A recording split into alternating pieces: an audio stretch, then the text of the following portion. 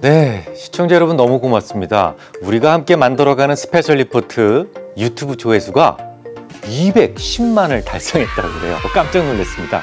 그래서 이 4월달 우리가 4번, 1년에 4번 공개 방송을 하는데요. 4월달 공개 방송은 조금 특별한 걸로 준비를 해봤습니다.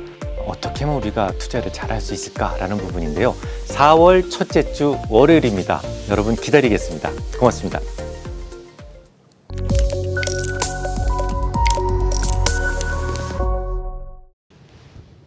네, 제일 어려운 부분 이제 마지막 시간입니다. 지금까지 말씀을 드렸던 것을 조금 더 이해하기 쉽게 예를 들어 볼게요. 모든 상황이 거의 흡사한 두 회사가 있어요. 영업이익은 각각 1,000만 원씩 기록했습니다. 이 회사가 발행한 채권의 양도 같아요. 그런데 오로지 다른 점이 있다면 이 파이낸싱의 방법만 달랐습니다. 자, A라는 회사는 1억 원의 액면가를 가진 3년 만기의 제로스를 발행을 했어요. B라는 회사는 7,500만 원어치의 3년 만기 이표채를 액면 이자율 10%로 발행을 했습니다. 물론 파 가격으로요. 자, 먼저 A 회사가 발행한 채권의 현재 가치를 계산하면 어떻게 될까요? 액면가가 1억 원이지만 3년 동안 10%로 할인을 해야 되죠. 그럼 현재 가치는 1억 원 나누기 1.1의 3승 7,513만 원 정도가 될 겁니다. 그러니까 실질적으로는 A사와 B사가 액면가만 틀렸지 거의 같은 돈을 빌린 거예요. 자, 그러면 A 회사의 이자 비용은 얼마가 될까요? 잊지 않으셨죠? 이자 비용은 어떻게 된다고요? 어떤 형태의 채권이든 무조건 장부상의 이자 비용은 장부 가격에 발행 당시의 시장 이자율을 곱해서 구한다라고 말씀을 드렸어요. 제로스도 마찬가지입니다. 첫 해 장부 가치가 7,513만 원이라고 말씀을 드렸는데 이에 대한 10%는 751만 원이 되겠죠. 제로스는 만기 이전에 회사 외부로 나가는 현금은 없기 때문에 그 다음 장부 가치는 7,513만 원 더하기 751만 원, 8,264만 원이 됩니다.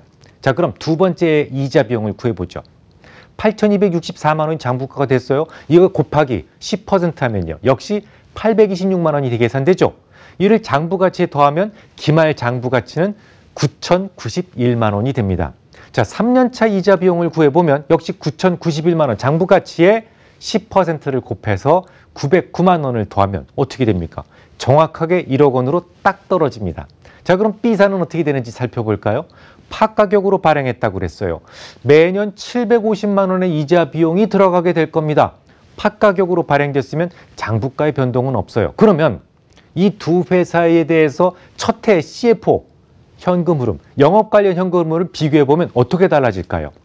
영업 활동을 통해 벌어들인 현금이 1,000만 원씩 공통으로 있다고 말씀을 드렸는데요. 그렇다면 A사는 그대로 CFO가 1,000만 원이 되죠. 왜? 현금으로 나가는 이자 비용이 단 한 차례도 지급되지 않았어요. 그럼 B사는 어떻게 될까요?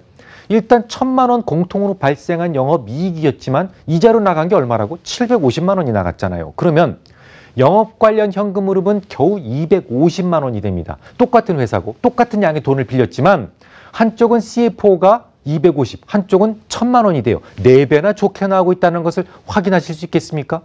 이거요. 정말 자주 볼 수 있는 사례예요. 그래서 이렇게 어려운 것을 지금까지 여러 번 말씀을 드린 겁니다. 한계 기업은 정상적인 채권이 발행이 어렵습니다. 사모 형태로 조달을 많이 하는데 중간 이자가 없다면 극단적으로 과대하게 부풀려 보이는 경우가 정말 많아요. 물론 과대하게 평가된 것은 결국 시간이 지나면 드러납니다.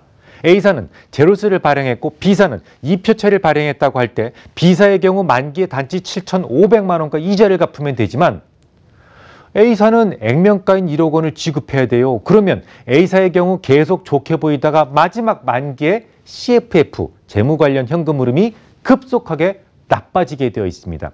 하지만 대부분의 투자자들은 이런 디테일에 너무 약합니다. 이 조작하는 것이 손바닥 뒤집기보다 쉬운 영업이익 정도나 보고 이 회사 이익이 얼마야 이러고 투자를 하려고 그래요. 그러니까 늘 실패하는 겁니다. 실전에서는 심지어 그 조작이 어렵다는 영업활동 현금 흐름마저도 적법하게 불법이 아니라 적법하게 조작이 가능한데도 말이죠. 나의 소중한 돈을 투자한다면 최소한 그 회사가 어떤 형태로 자금을 조달하고 있었는지를 반드시 살펴보아야 된다라는 이유, 이제 충분히 이해하실 수 있겠습니까? 한계 기업들이 자주 활용하는 방법 중에 CB나 BW도 있어요. 할인치와는 많이 다르지만 결국 할인 발행과 비슷하게 회계적 고평가를 만들 수 있습니다. 예를 들어 볼까요? 자, 차트를 봐주십시오. 이 종목은 액면가 아래로 내려가더니 계속 하락을 하고 있습니다. 찔끔찔끔. 당시 이 회사의 내면을 한번 바라보겠습니다.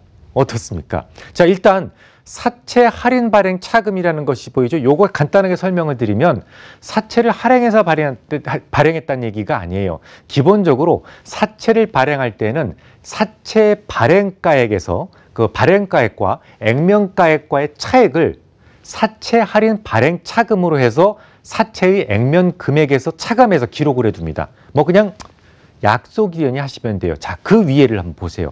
그 외 사채 발행을 보시면 이 회사의 경우 일반적인 사채를 발행해 봐야 신용도가 낮아서 사주는 사람이 없어요. 그래서 뭘 발행했습니까? 신주 인수부 사채를 발행을 했습니다.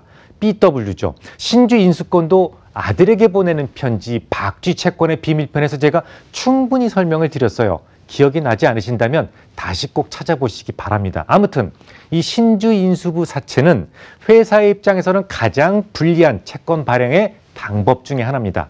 신주 인수권이라는 옵션을 더 쳐주는 대신에 상시적인 이자율에 비해서 현저히 낮은 이자율로 발행하기 때문에 결국 신주 인수권 부사채를 발행했다는 것도 일종의 할인 발행이나 마찬가지라는 말이 됩니다.